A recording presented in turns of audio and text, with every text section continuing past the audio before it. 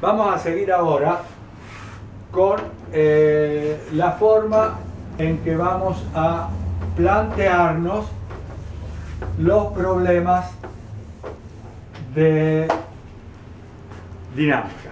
Cuando nos planteamos un problema de dinámica, analizamos la situación de las fuerzas que actúan sobre un objeto para ver si están en equilibrio o si no están en equilibrio, si hay movimiento o si no hay movimiento. Esa es la finalidad de los cálculos de dinámica.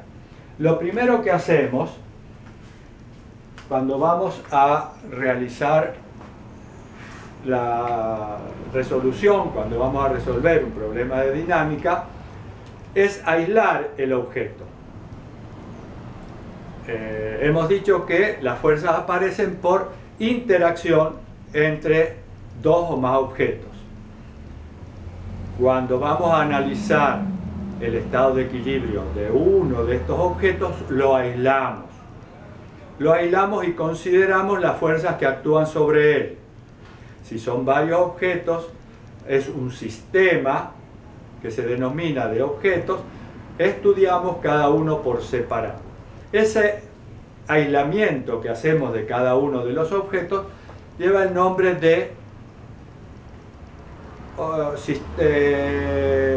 cuerpo libre, es decir, aislamos el cuerpo, lo aislamos de los demás objetos y hacemos un diagrama de fuerzas que actúan sobre ese único objeto. Entonces llamamos eso diagrama de cuerpo libre o diagrama de fuerzas. Por ejemplo, tenemos varios sistemas clásicos. Un objeto suspendido tiene dos fuerzas actuantes sobre él. Aislamos el objeto, lo podemos considerar como un punto, no nos interesa la forma, el tamaño del objeto. Por ese punto trazamos nuestros ejes cartesianos. No sé si se verá, este marcador ya está terminándose. Y en él vamos a indicar las fuerzas actuantes. Nuestro eje X, nuestro eje Y, y tenemos una fuerza actuante que es el peso del objeto y la otra fuerza actuante que es la tensión de la cuerda, cable, cadena que lo sostiene. Son las únicas dos fuerzas actuantes. O sea, el peso del objeto y la tensión de la cuerda. Aislamos el objeto, lo indicamos con un punto, no nos interesa la forma ni el tamaño, repito, indicamos la fuerza. Este es el diagrama de fuerza o diagrama del cuerpo libre de este objeto suspendido.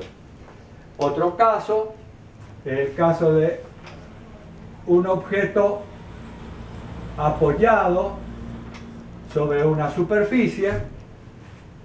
Ese objeto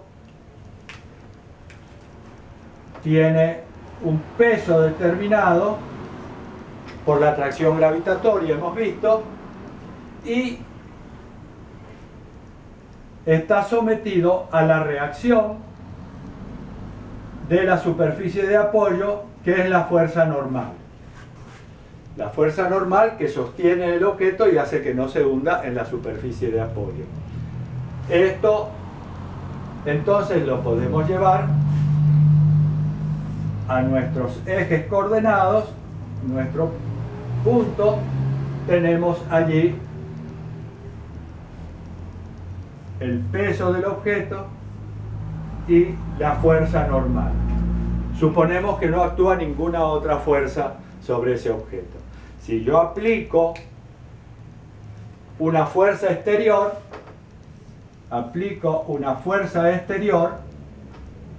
para desplazar el objeto, aparece inmediatamente la fuerza de roce entre ambas superficies en contacto. Entonces, en nuestro diagrama de fuerzas, eje X, eje en nuestro diagrama de fuerzas tengo que indicar la fuerza externa y la fuerza de roce, y tenemos el diagrama de fuerzas o diagrama del cuerpo libre de este objeto.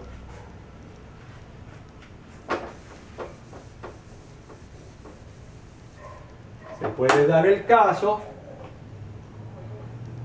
un poquito más complicado, que la fuerza aplicada sobre el objeto, este es el objeto, esta es la superficie de apoyo, tenemos el peso, la fuerza normal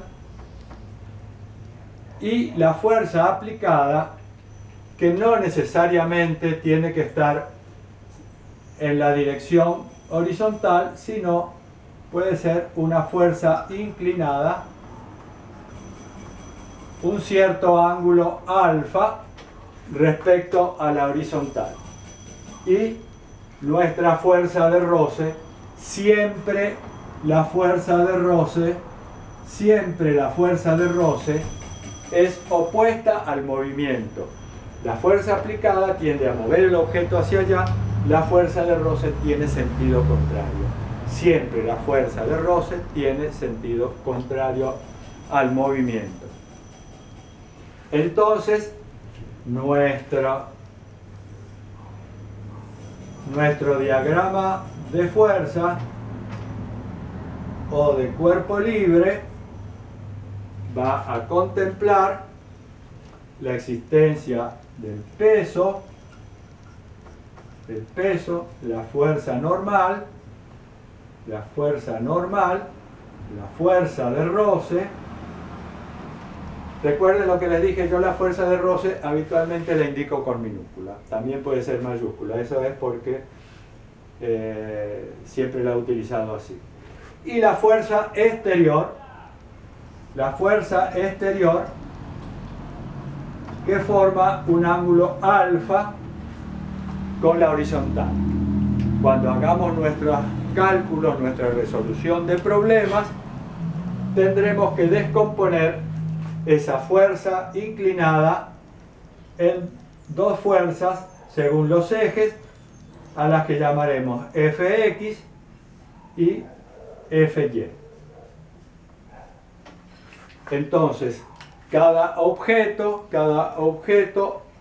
sujeto a la solicitación de fuerzas externas